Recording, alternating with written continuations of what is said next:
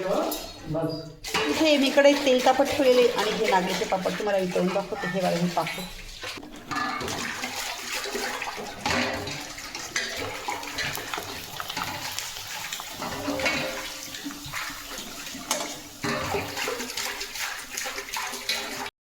नमस्कार, मी शुभांगी. खूप खूप स्वागत तुमचं आपली शुभांगी ब्लॉगमध्ये. तर आज मी नागलीचे पापड बनवले आहे, त्याची रेसिपी तुमच्यासोबत शेअर करते आहे. नागलीचे पापड करताना बऱ्याच आपल्याला छोट्या मोठ्या गोष्टींची काळजी घ्यावी लागते. बऱ्याच टिप्स आपल्याला फॉलो कराव्या लागतात. सर्व टिप्स मी ह्या रेसिपीमध्ये तुम्हाला सांगितलेले आहे. तेव्हा व्हिडिओ शेवटपर्यंत नक्की बघा. खूप छान होतात माझे नागलीचे पापड. चला तर मग नागलीचे पापड बनवायला. तर इथे बाजारातून मी 5 किलो नागली आणलेली आहे. नागली मी स्वच्छ निवडून घेतलेली आहे. आता मी पाणी टाकून नागली स्वच्छ धुवून घेते. तर पाणी टाकून या पद्धतीने नागली चांगली कचाकच चोळून घेतली. आणि हे बघा तुम्ही बघू शकता किती काळं पाणी याच्यातून निघालेलं आहे. आणि नागली घेताना शक्यतो अशी लाल लाल पाहून घ्यायची, अशी लालबुंद नागली असते का पापड पण अशी छान लालबुंद होतात. त्याच्या ह्या पद्धतीने मी चांगली नागली कचाकच चोळून घेतली.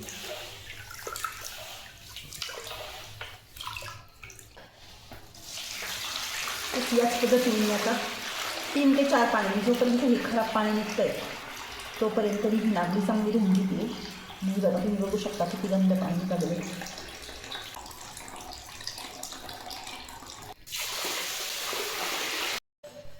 आणि 4 पाणी नागली मी स्वच्छ धुतली ना. आता बघा किती स्वच्छ पाणी दिसते. आता नागली एकदम स्वच्छ झाली आहे. तर या पद्धतीने मी घोळून घेते. आणि या पातेल्यामध्ये ही नागली टाकून घेते. या पद्धतीने घोळून घेतल्यानंतर आहे ना रेती वगैरे असेल तर ती खाली राहून जाते आणि नागली स्वच्छ होऊन जाते. त्यामुळे नागली पाण्यात टाकणे अशी रोळून टाकायची. तर या पद्धतीने मी जोपर्यंत खराब पाणी नागलीमधून निघतं आहे तोपर्यंत नागली धुवत राहिली. 4 पाण्याने धुतली पण माझ्या काही मनास आलं नाही. परत 2 पाण्याने अशी 6 पाण्याने मी नागली धुतली. आणि नागली घोळून मी इथं पातेल्यात भिजत टाकलेली. आता हे बघा एकदम स्वच्छ पाणी नागलीमधलं दिसतंय. तर आता 3 दिवसाकरता मी नागली अशी छान भिजू देते. तर 3 दिवस मी नागली चांगली भिजू दिली ह्या पातेल्यामध्ये. आणि सकाळ संध्याकाळ दोन्ही टाईम मी यातलं पाणी बदलत राहिली. त्यामुळं काय होतं पापडाचा आहे ना वास येत नाही. आणि आता नागली मी परत एकदा स्वच्छ कचाकच धुवून घेते व्यवस्थित.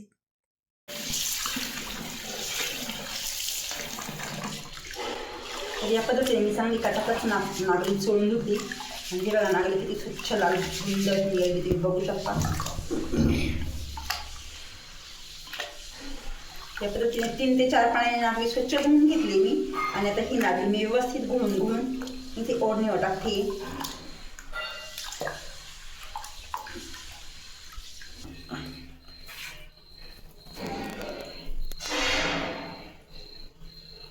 स्वच्छ धुवून घेतल्यानंतर हे पाणी मी पूर्ण काढून टाकलेलं आहे या पद्धतीने. आणि परत नवीन पाणी घातलेलं ते असं मी 4 वेळेस केलं.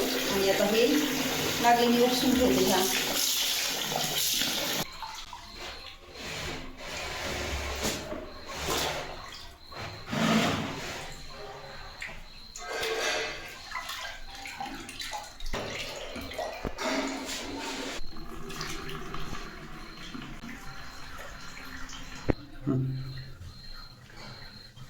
तर या पद्धतीने सगळी नागली मी घोळून व्यवस्थित ह्या ओढणीवर काढून घेतलेली.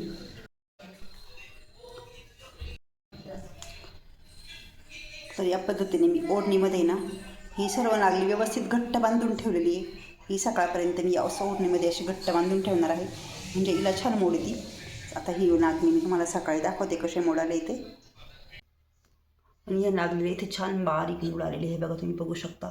तर ही नागली मी या ओढणीवर व्यवस्थित पसरून वाळत टाकू देते. घरामध्ये सावलीतच वाळत टाकली ही. या पद्धतीने मी घरामध्ये व्यवस्थित नागली ओढणीवर पसरवून दिलेली आहे सुकण्यासाठी. आता ही घरामध्ये छान मी सुकून देते.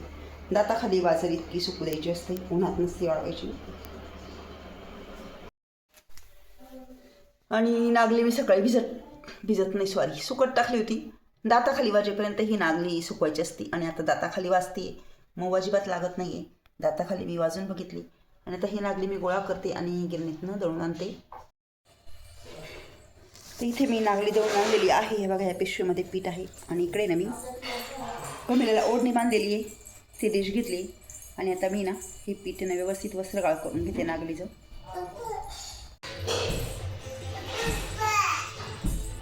जय पवारांना या बाबतीतली प्रेस कॉन्फरन्स घ्यायची होती.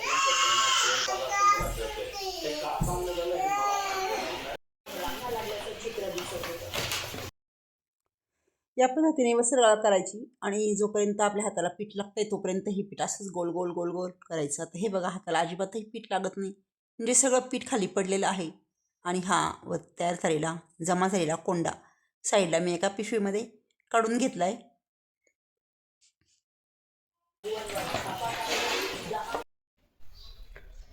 तर नागलीचं सगळं पीठ माझं वस्त्रगाळ करून झालेलं आहे. हे बघा, ह्या पातेल्याने मोजलं त्यामुळे हे गंज गंज तुम्हाला दिसत असतं. तर 4 पातेले हे पीठ भरलं. साधारणतः 1 किलोचं पातेलं आहे हे, म्हणजे 5 किलो नागलीमध्ये 4 किलोचं पीठ पडलं. आणि हे बघा, इकडे ह्या पिशवीत मी कोंडा टाकला आहे. तर साधारणतः 1 किलो हा कोंडा आहे. तर आता ह्याच पातेल्याच्या सहाय्याने मी खिशी घेते, दाखवते तुम्हाला कशी खिशी घेते ते. चला, इथं 1 पातेलं भरून पीठ मी मोजून घेतलेलं आहे. आता हे पीठ मी ह्या कढईमध्ये ओतून घेते आणि ह्याच पातेल्याच्या मापाने 1 पातेलंभर पाणी तापत ठेवते. तर इथे मी 1 पातेलं भरून पाणी ह्या पातेल्यात तापत ठेवते. आणि ह्या पातेल्यात काल मी तांदळाच्या पापडाची खिशी घेतली, त्याच्यामुळे ही पातेलं तुम्हाला असं काळं काळं दिसत असेल. आणि ज्या पातेल्याच्या सहाय्याने मी पीठ मोजलं ना, त्याच पातेल्याच्या सहाय्याने मी इथे पाणी मोजलेलं आहे. तर हे पाणी मी आता प्रथम तापत ठेवलेलं आहे. तर मी ते हे 1 पातेलं पीठ मोजून घेतलेलं आहे आणि हे 4 पातेल्याबरोबर पीठ आहे. त्याच्यामुळं मी काय आयडिया केली माहिती का, हे बघा, ह्या 4 ताटल्यांमध्ये ना मसाला काढून घेतलेला आहे. हे बघा, ह्या 4ही ताटल्यांमध्ये मी समप्रमाणात मसाला घेतलेला आहे. म्हणजे जर समजा माझी पहिली खिशी जर खारट किंवा आळणी झाली तर मला अंदाज येईल, कारण मी ह्या 5 असे 4 खिशा घेणार आहे.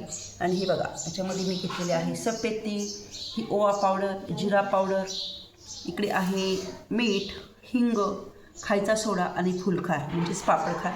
आणि याच पद्धतीने मी सगळे हे बघा सगळ्या ताटल्या सेम प्रमाणात भरून घेतलेले आहेत. पण मला पहिल्या खिशीत थोडाही प्रॉब्लेम वाटला तर मी दुसऱ्या खिशीत करेक्शन करू शकते, त्याच्यामुळे मी ही आयडिया केलेली आहे. हे बघा, इकडे पाणी छान उकळलेलं आहे. पाण्याची वाफ आली आहे मोबाईलवर. आणि परत एकदा सांगते तुम्हाला मी की काल तांदळाच्या पापड्यांची खिशी घेतली, त्याच्यामुळे हे पातेलं डाग पडलेलं दिसतं आहे. तर म्हटलं परत दुसरं पातेलं खराब होण्याऐवजी आपण हेच पातेलं वापरू. मी सगळ्या पापड्या करून झाल्या का एका वेळेस पातेलं घासता येईल. आणि आता मी हा तयार केलेला मसाला या पाण्यामध्ये टाकते. ओम नमः शिवाय. काय असतं माहिती का, या वस्तू आपण वर्षातून एकदाच करतो, त्याच्यामुळे एवढा अंदाज आपल्याला याचा परफेक्ट येत नाही. त्याच्यामुळे देवाचं नाव घ्यायचं आणि सुरुवात करायची. आता मसाला टाकला आहे. आता हे पाणी करायचं, आता छान उकळून देतो पाण्याला.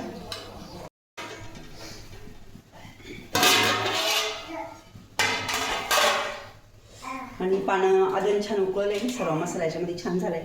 मी थोडं पाणी टेस्ट करून बघते, त्याबरोबर वाटतं आहे प्रमाण.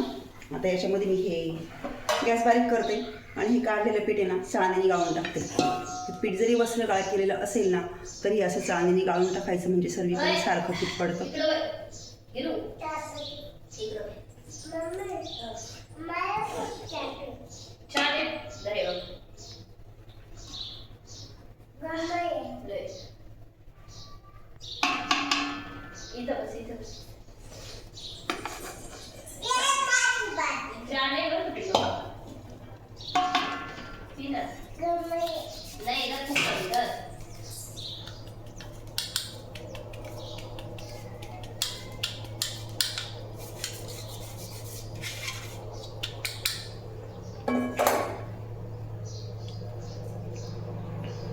या पद्धतीने व्यवस्थित मी पीठ छान स्प्रेड करून गेलेलं आहे. आणि याला ना मी असं चमच्यामध्ये टोची मारते, जेणेकरून सगळीकडे हा मसाला व्यवस्थित पांगला जाईल आणि पीठ व्यवस्थित शिजेल. आता बारीक गॅस करून हे पीठ मी अर्ध्या तासासाठी छान शिजवून घेते. ते झाकण ठेवायचं. परत ते करून या पद्धतीने त्यात झाकण ठेवायचं. आता अर्ध्या तासासाठी मी हे पीठ शिजू देते. झाकणातून जराही वाफ जाणार नाही याची काळजी घ्यायची. पीठ शिजायला ठेवून अर्धा तास झाला आहे बरोबर.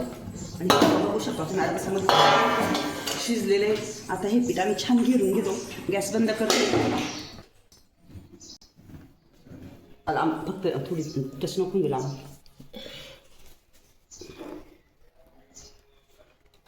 पाण्याची गरज पडेल ना.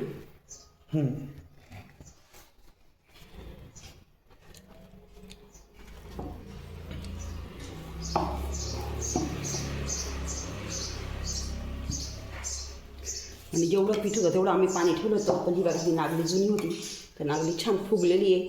तर पाण्याची गरज आहे याला अजून. त्यासाठी मी पाणी गरम करायला साईडला ठेवलेलं आहे. तर आता मी थोडं पाणी याच्यामध्ये ॲड करते. तेजस हुशार आहे. तेजसने मला सांगितलं मम्मी लगेच नको कारण अजून पीठ. मी आम्हाला अनुभव आहे ना. तुम्ही नौके. हां बरोबर. ते बघा तेजसने किती छान मस्त छान फेटले.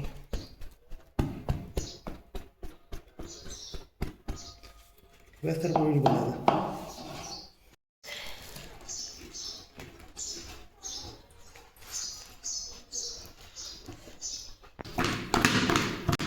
थोडं पाणी कमी झालं. आम्ही नॉर्मल पाण्याचा शिपका दिला आणि आता खूप छान पिशी झालेली. बस आता याच्यावर आम्ही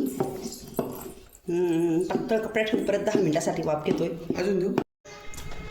आणि आता हे पातळ कॉटनचा कपडा घेतलेला आहे मी आणि याच्यावर ना गरम पाण्यामध्ये ना कडक पिळून घेतला आहे आणि तो असा याच्यावर ठेवला आहे. बारीक गॅसवर मी याला 10 मिनिट परत वाफ घेतली आणि 10 मिनिट आम्ही परत वाफ घेतली पिठाला. आणि हे बघा आम्ही वरती आणलेलं आहे. तुम्ही पातेल्याचा अवतार बघू शकता किती काळा झालेला आहे कारण जवळजवळ 40-45 मिनिटं पातेलं गॅसवर होतं. तर हे पीठ हे बघा छान वाफलं आहे. इथे मी कॅरी बॅग घेतली.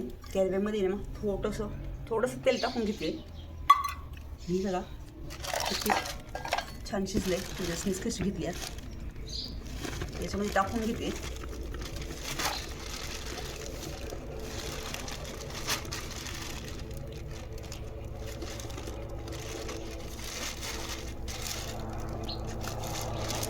आणि उरलेलं पीठ ना परत ना ह्या कपड्याच्या साह्याने ना मी व्यवस्थित झाकून ठेवते कारण वाफ चांगलं होतं.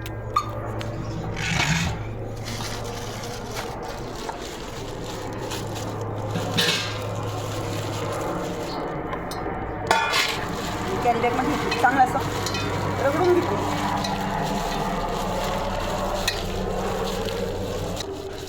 कारण कसं हाताला चटके बसता त्याच्यामुळं कॅरी बॅगमध्ये असं पीठ मळून जायचं बघा.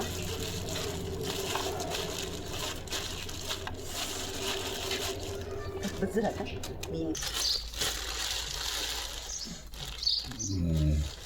आणि पीठ छान हे केल्यानंतर मळून घेतल्यानंतर आता मी मस्त या पद्धतीने मस्तपैकी लाट्या बनवते आणि खूप छान झाली खिशी. तर ही खिशी आपली थोडी जर बिघडली तर आपल्याला पुढच्या खिशीमध्ये करेक्शन करता येतं. त्यामुळे मी 4 पण मसाले लगेच काढून ठेवले. तुम्हाला दाखवलं मी 4 ताटांमध्ये वेगळे मसाले काढून घेतले. तर या पद्धतीने मी लाट्या बनवते.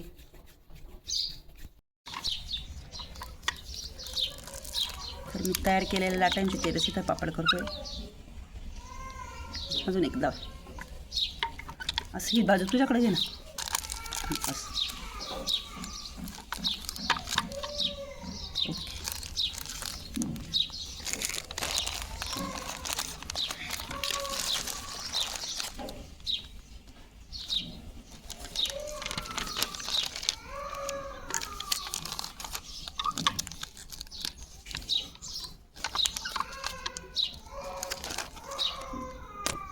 लढती काय.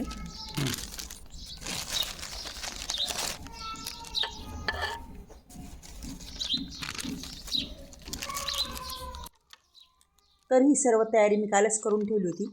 म्हणजे जसं की ह्या प्लॅस्टिकच्या पिशव्या गोल गोल कापून ठेवल्या होत्या.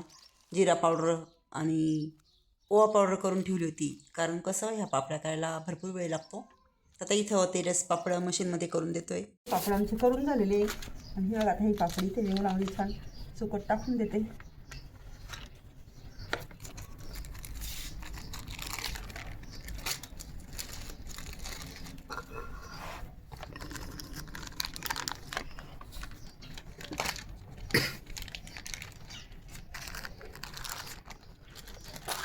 बस तुझे मागचे पिवळे दे पसरव. आणि ते सर्व नागलीच्या पापड्या करून वळ्यात टाकलेल्या आहे मी आणि खूप छान लाल लाल बुंद असा कलर आलेला आहे, बघू शकता तुम्ही. आणि ज्या पद्धतीने मी पहिल्या पातेल्याची खिशी घेतली त्याच पद्धतीने दुसऱ्या पण पातेल्यांच्या पिठाची मी खिशी घेतली आणि सर्व प्रमाण एकदम अचूक झालं होतं. एकदम परफेक्ट असे मेजरमेंट बरोबर झाली होती. आणि हे बघा जवळजवळ 300 ते 350 हे पापड झालेले आहे.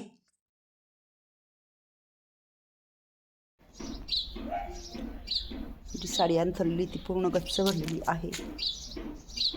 एवढे 350 पापड 5 किलो डागलीमध्ये झालेले. तरी मी कोंड्याचे पापड काही केले नाही. चला तर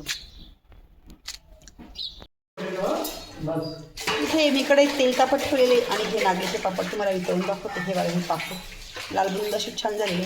हे बघा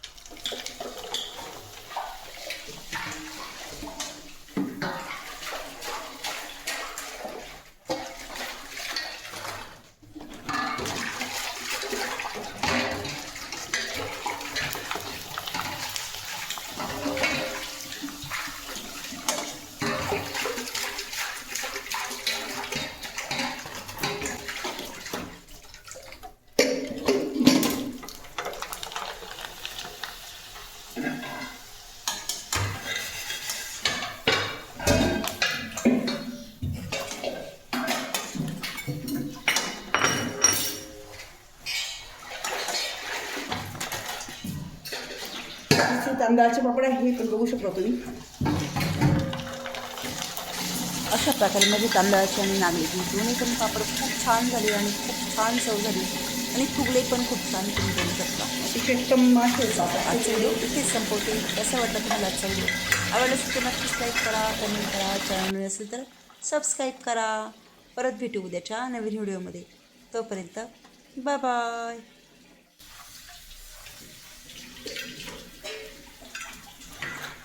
अशा प्रकारे नागलीचे आणि तांदळाचे पापड मी आहे.